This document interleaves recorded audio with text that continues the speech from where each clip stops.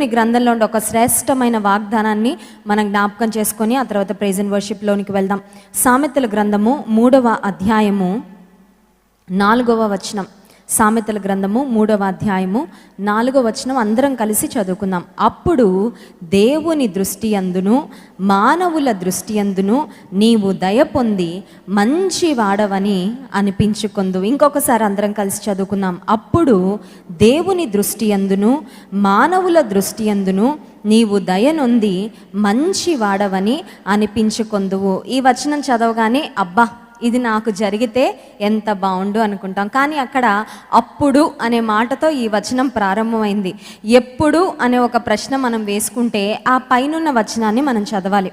ఆ పైనున్న వచనం చూడండి, 3వ వచనం. దయను సత్యమును ఎన్నడును నిన్ను విడిచిపోనీయకము, వాటిని కంఠభూషణముగా ధరించుకొనుము, నీ హృదయమను పలక మీద వాటిని వ్రాసుకొనుము. దేవుని గ్రంథంలో పరిశుద్ధ అలంకారములు ధరించుకొని దేవునికి నమస్కారం చేయాలని కీర్తనల గ్రంథంలో వ్రాయబడింది. Worship the lord in the beauty of holiness అని ఇంగ్లీష్ బైబిల్లో ఉంది. తెలుగు బైబిల్లో మాత్రం చాలా స్పష్టంగా పరిశుద్ధాలంకారములు ధరించుకొని దేవునికి నమస్కారం చేయాలి అనే మాట మనం చూస్తాం. దేవుని మందిరానికి వచ్చేటప్పుడు ఏ అలంకారాలు మనం ధరించుకొని వెళ్ళాలంటే, దేవుడు కోరుకునే అలంకారాలు మనం పెట్టుకోవాల్సిన నెక్లెస్ ఇక్కడ ఒకటి వ్రాయబడింది. ఈ నెక్లెస్ మలబార్ గోల్డ్ అండ్ డైమండ్స్లో దొరకదు, జాయ్ అలుక్కాస్లో దొరకదు, కళ్యాణ్ జ్యువెలర్స్లో, లలిత జ్యువెలర్స్లో. ఆ పేర్లన్నీ మీకే బాగా తెలుసు నాకంటే, ఎందుకంటే నేను నగలన్నీ ఎప్పుడో తీస్తాను కాబట్టి. లేటెస్ట్గా ఎక్కడ దొరుకుతాయి, మంచి గోల్డ్ ఎక్కడ దొరుకుతుందో అవన్నీ మీకే బాగా తెలుసు. కానీ ఈ లోక సంబంధంగా భౌతికంగా మనం వేసుకునే అలంకారాలు దేవుడు అసలు పట్టించుకోడు. దేవుని దృష్టిలో వాటికి ఏ విధమైన విలువ లేదు. కానీ కంఠభూషణములుగా ధరించుకోవాల్సిన 2 ఆభరణాలను గూర్చి 3వ వచనంలో మనం చదువుతున్నాం. మొదటిది దయను, రెండవది సత్యం. ఒకటి దయ, రెండవది సత్యం. దయ అంటే అర్థం ఏంటంటే కైండ్నెస్. దయ అంటే కైండ్నెస్, దయాలుత్వము, సాత్వికము, మంచితనము, ఆశా నిగ్రహం అని ఆత్మ ఫలములో కూడా మనము దయ లేక దయాలుత్వాన్ని మనం చూస్తున్నాం. దయను మనం చూపించినప్పుడు అంట దేవుడు కూడా మనకు దయ చూపిస్తాడంట. అర్థమవుతుందండి? మనము ఏది పంచుతామో అది తిరిగి మనకు వస్తుంది. మనం ఏది ఇతరులకు చూపిస్తామో అది దేవుడు తిరిగి మన పక్షంగా చూపిస్తాడు. లూకాసు వార్త 2వ అధ్యాయం 52వ వచనంలో యేసుక్రీస్తు ప్రభు ఈ లోకంలో జన్మించిన దినాల్లో యేసు జ్ఞానమందును వయస్సునందును దేవుని దయయందును మనుషుల దయయందును వర్ధిల్లుచుండెను అనే మాట వ్రాయబడింది. ఈ లోకంలో మనం పర్ఫెక్ట్గా ఎలా బ్రతకగలం అంటే, ఏసైలా బ్రతికితే మనం పర్ఫెక్ట్గా బ్రతికినట్లే. మన గోల్, మన టార్గెట్ ఇలా బ్రతికితే చాలు అని అనుకోవడానికి ఒక కొలమానం, ఒక మెజరింగ్ స్కేల్ ఏదైనా ఉందా అంటే ఏసయ్యలాగా బ్రతికితే మనము చాలు. యేసు ప్రభు అంట జ్ఞానమందు వయసునందు దేవుని దయయందు మనుషుల దయయందు వర్ధిల్లాడు. యేసు ప్రభు దేవుడైతే మళ్ళీ ఆయనకి మనుషుల దయ ఎందుకు? ఎప్పుడైనా ఆలోచన వచ్చిందా? యేసు ప్రభు దేవుడు, దైవ మానవుడు. ఆయన మానవ రూపంలో దిగి వచ్చిన దేవాది దేవుడు. ఆయనకి మనుషుల దయ ఎందుకండి? ఆయన మనిషిగా పుట్టాడు కాబట్టి ఆయన మనుషుల దయలో వర్ధిల్లాడు. మీరు ఎక్కడ చూసినా యేసు ప్రభు తన తల్లిదండ్రులను ఎదిరించినట్లు కానీ లేకపోతే ఇష్టానుసారంగా మాట్లాడినట్లు కానీ ఎక్కడా మనకు కనబడదు. దేవుని దయలో, మనుషుల దయలో యేసుక్రీస్తు ప్రభువు వర్ధిల్లాడు. ఇక్కడ కూడా మనం 4వ వచనంలోని వాగ్దానం జ్ఞాపకం చేసుకున్నాం. నీవు దయనొంది మంచి వాడవని అనిపించుకొందువు, దేవుని దృష్టి యందు మానవుల దృష్టి యందు. కొంతమందికి దేవుని దృష్టిలో బాగానే ఉంటారు కానీ మానవుల దృష్టిలో ఉండదు. కొంతమంది మానవుల దృష్టిలో దయ పొందుతారు కానీ దేవుని దృష్టిలో దయను సంపాదించుకోలేరు. కానీ యేసుక్రీస్తు ప్రభు దేవుని దయలో మనుషుల దయలో వర్ధిల్లాడంట. ఆయన ఎక్కడుంటే అక్కడ దయను చూపించాడు, దయను కూడా పొందుకున్నాడు. ఎందుకు ఈ మాటలు చెప్తున్నానంటే, ఈ రాత్రికాల సమయంలో నీవు నేను దేవుని దయను పొందితే, గాడ్స్ ఫేవర్, మనుషుల దయను పొందుకుంటే అవి కొంతవరకు మనకు సహాయం చేస్తాయి. ఫర్ ఎగ్జాంపుల్, ఆఫీస్లో బాస్ దయ పొందుకుంటే మనకు ఒక అడ్వాంటేజ్ ఉంటుంది. అదేంటంటే బాస్ ప్రమోషన్ ఇస్తాడు. బాస్ అనవసరంగా ఇబ్బంది పెట్టడు, లేకపోతే బాస్ అనవసరంగా మన మీద కంప్లైంట్స్ చెప్పడు పై అధికారులకు, లేకపోతే మన ఉద్యోగం పోకుండా బాస్ మనకి సహాయపడతాడు. అది మనుషుల దయ కొంతవరకు మనకు ఖచ్చితంగా ఉపయోగపడుతుంది. కానీ దేవుని దయ మనుషుల దయ కంటే ఇంకా ఉన్నతమైనది. మనుషుల దయ కంటే దేవుని దయ ఎంతో శ్రేష్టమైనది. నేను యుఎస్ నుంచి నా ఉద్యోగానికి రాజీనామా చేసి వివాహం చేసుకోవడానికని ఇండియా బయలుదేరి వస్తున్న సమయంలో నా లగేజ్ కేవలం 2 సూట్ కేసులు మాత్రమే మనం ఇండియా మోసుకొని రావచ్చు. 2 సూట్ కేసులు, నిర్దిష్టమైన వెయిట్ మనం క్యారీ చేయాలి. ఫ్లైట్లో ఎంత పడితే అంత వెయిట్ మనం క్యారీ చేయడానికి అవకాశం ఉండదు.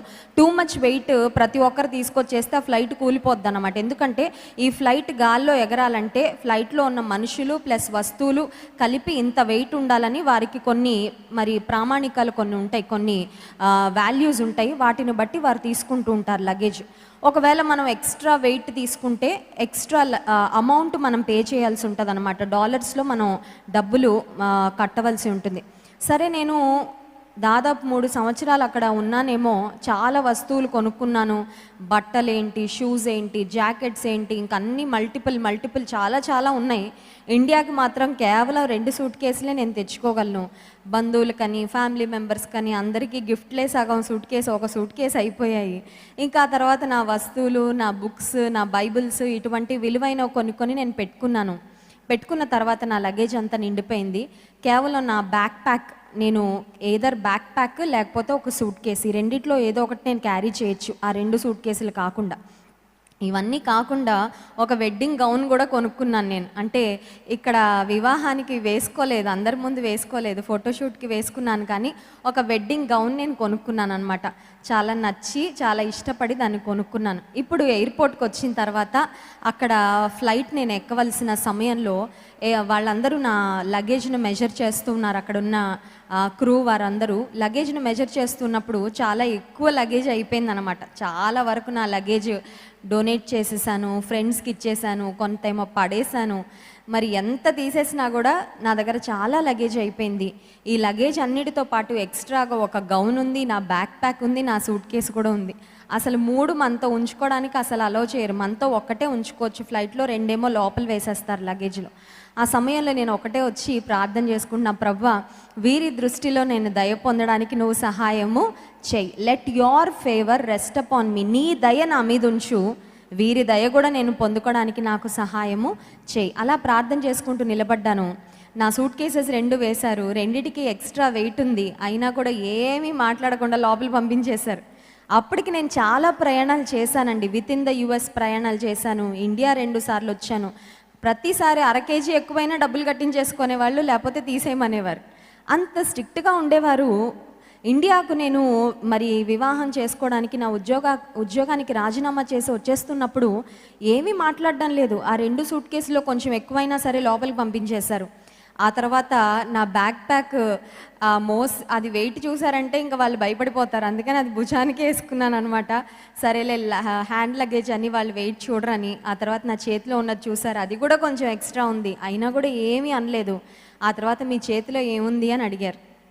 ఇది నా wedding gown, I'm going to get married to ఇండియాకి పెళ్లి చేసుకోవడానికి వెళ్తున్నాను అనగానే అక్కడున్న ఫ్లైట్ అటెండెంట్ ఒక ఆమె వచ్చి అనింది, don't worry about your wedding gown.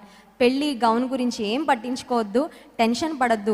Business క్లాస్లో నేను దాన్ని తగిలిస్తాను, మీరు దిగేటప్పుడు నాకు కనబడితే చాలా జాగ్రత్తగా మీకు తెచ్చి ఇచ్చేస్తాను. నేను అడగకుండానే వాళ్ళే ఎదురు వచ్చి కనీసం ఎక్స్ట్రా డబ్బులు కట్టించుకోవట్లేదు.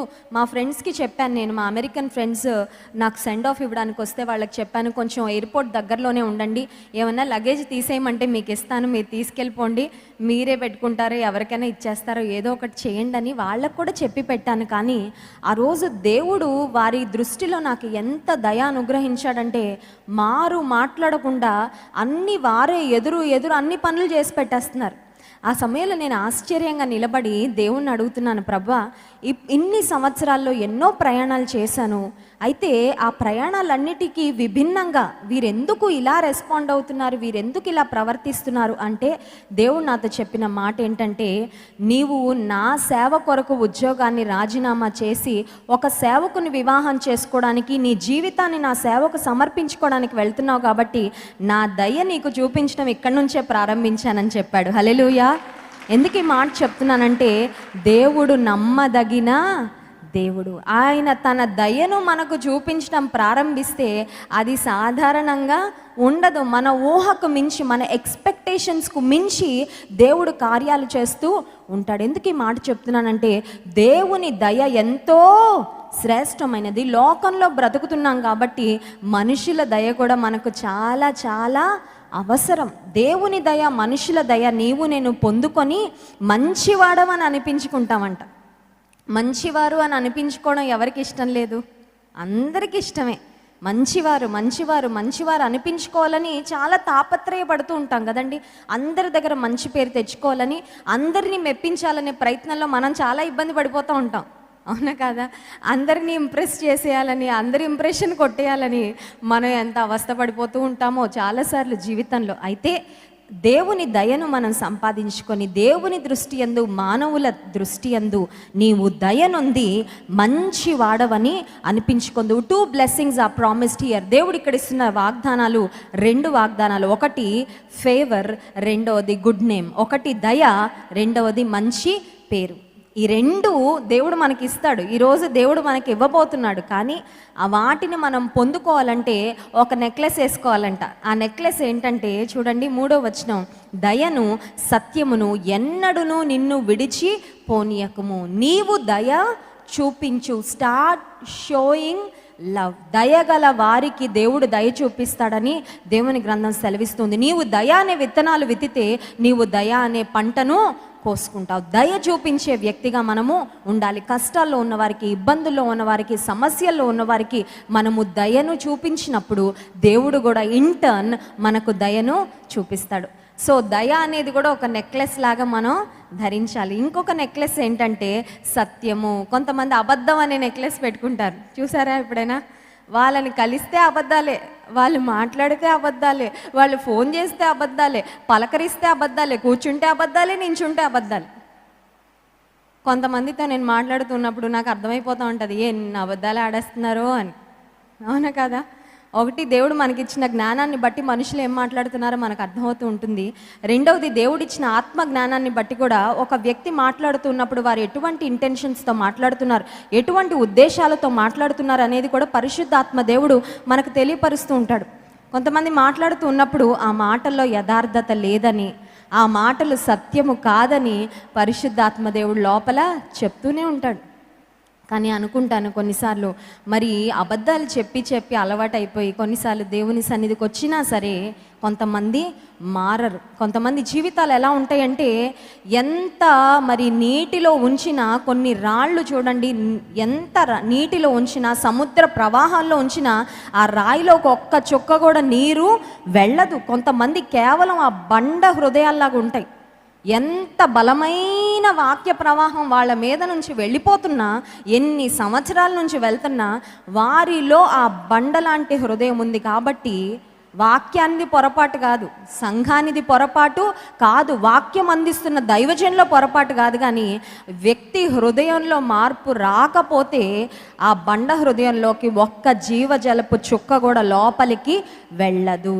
దేవుని వాక్యంలో నీవు నేను అభివృద్ధి పొందడానికి, ఆశీర్వదించబడడానికి, వర్ధిల్లడానికి అన్నీ ఉన్నాయి.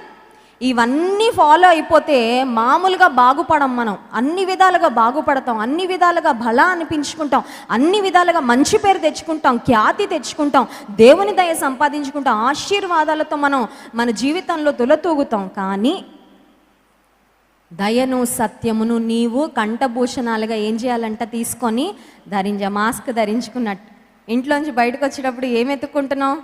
వేర్ ఈజ్ మై మాస్క్ అనుకుంటున్నాం. మాలాంటి వాళ్ళు మాస్క్ మర్చిపోతామని హ్యాండ్ బ్యాగ్లో 10 మాస్కులు వేసుకొని తిరుగుతున్నాం. ఎందుకంటే గమ్మున బయటకు వచ్చినప్పుడు మాస్క్ మర్చిపోతే కొంచెం మాస్క్ కావాలి కదా, ఏమున్నా లేకపోయినప్పుడు మాస్క్ కంపల్సరీ అయిపోయింది. అందుచేత ఆ మాస్క్ పెట్టుకొనే వస్తూ ఉన్నాం. కానీ ఇంట్లోంచి బయటకు వచ్చేటప్పుడు వాచ్ పెట్టుకున్నానా లేదా అని చూసుకుంటారు, కమ్మలు పెట్టుకున్నానా లేదా అని చూసుకుంటారు, మెడలో అది ఉందా ఇది ఉందా అని జాగ్రత్తగా చూసుకుంటాం, కరెక్టే.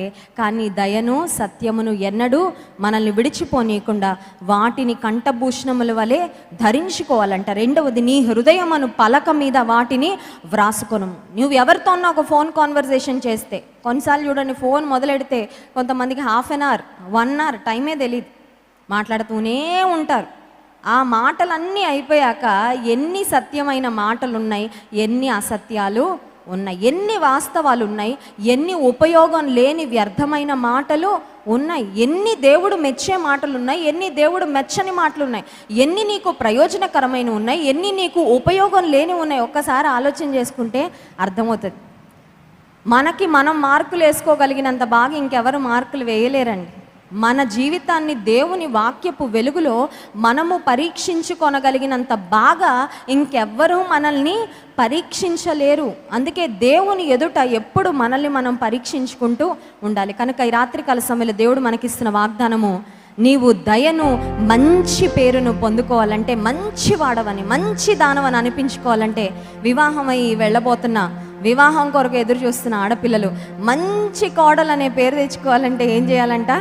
దయను సత్యమును విడిచిపెట్టకూడదు. దేవా, నీ దయ నా మీద ఉంచు అని దేవుని సన్నిధిలో ఆయన దయ కొరకు ఎదురు చూస్తే, మనము దయను చూపిస్తూ సత్యంగా యథార్థంగా మనం బ్రతికితే దేవుడు మనకు దయను కుమ్మరిస్తాడు, అలాగే మంచి పేరును అనుగ్రహిస్తాడు. అవి రెండు పొందుకునే కృప దేవాది దేవుడు మనకు అనుగ్రహించును గాక. ఆమెన్.